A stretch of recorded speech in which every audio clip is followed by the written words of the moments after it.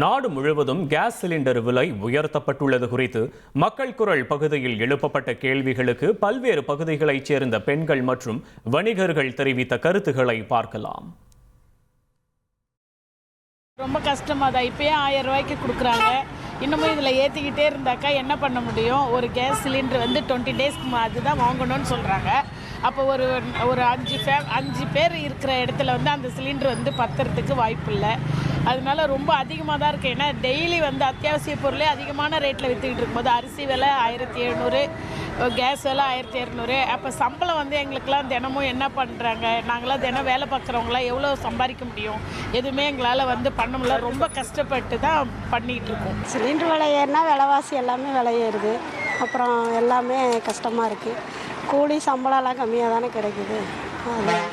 உங்களுக்கு எந்த மாதிரியான சிரமங்கள் சிரமம்னா எல்லா விஷயத்துலையுமே சிரமமாகுது. சமையல், அப்புறம் விலைவாசி, அரிசி, பருப்பு எல்லாமே விலைவாசி ஏறுது. சிலிண்டர் விலை ஏறிக்கிட்டே போணுச்சுன்னா நாங்கள் சிலிண்டரை விட்டுட்டு மறுபடியும் நாங்கள் அதே விறகுக்கு அடுப்பு வச்சு அடுப்பு பற்ற வச்சு நாங்கள் சாப்பாடு செய்கிற மாதிரி ஆகிடும்.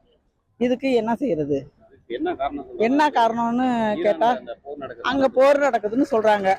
எல்லாமே விலைவாசி ஏறுனா, சிலிண்டர் விலையும் ஏறுனா, எண்ணெய் பெட்ரோல் விலையும் ஏறுனா நாங்களாம் என்ன பண்ணுறது? போர் நடக்கனால சிலிண்டர் விலை 60 ரூபா கூட்டிட்டாங்க. திடீர்னு மக்கள் எதிர்பார்க்காம கூட்டிட்டாங்க. திடீர்னு விலையை எதிர்பார்க்காம கூட்டிட்டாங்க. நடுத்தர மக்கள் நாங்கள் என்ன பண்ணுவோம்? இல்லை, நாங்கள் அன்றாடம் பூ விற்று சாப்பிடுவோம். திடீர்னு விலைவாசி கூடிருச்சு. எல்லாமே கூடாதுன்னு சொல்லி திடீர்னு கூடிருச்சு விலைவாசி. நான் ஒரு ஆட்டோ ஓட்டுறேன். நான் மாச பட்ஜெட்னு ஒரு ஒதுக்குவோம். அப்படிங்கும்போது இப்போ இது எங்களுக்கு சுமையாக தான் இருக்குது. இப்போ என்ன ஆட்சியாளர் போய் நம்ம இது மாதிரி குறைட்டு கேட்டால் என்ன சொல்லுவாங்க? போர் நடக்குது, அதனால சிலிண்டர் ஏறிடுச்சு அப்படிங்கிறாங்க சொல்லுவாங்க. ஆனால் எங்கள் முன்னாடி என்ன சொன்னாங்கன்னா, கச்சா எண்ணெயோ இல்லை சிலிண்டர் விலையோ ஏறாது, இந்த போர்னால ஏறாது, மக்கள்லாம் பயப்பட வேணாம்னு சொன்னாங்க. ஆனால் பயப்பட வேணாம்னு சொல்லிட்டு திடீர்னு இப்படி ஏற்றுனாங்கன்னா அடிப்படை சாதாரண மனிதர்களாக இந்த கேஸ் அடுப்பை வாங்கி யூஸ் பண்ணுறது கொஞ்சம் சிரமமாக தான் இருக்கும். இது மத்திய அரசும் மாநில அரசும் சேர்ந்து ஓரளவுக்கு கண்ட்ரோல் கொண்டு வரணும். மக்கள் குரல் பகுதியில் பல்வேறு பகுதி மக்கள் தெரிவித்த கருத்துக்களை பார்த்தோம்.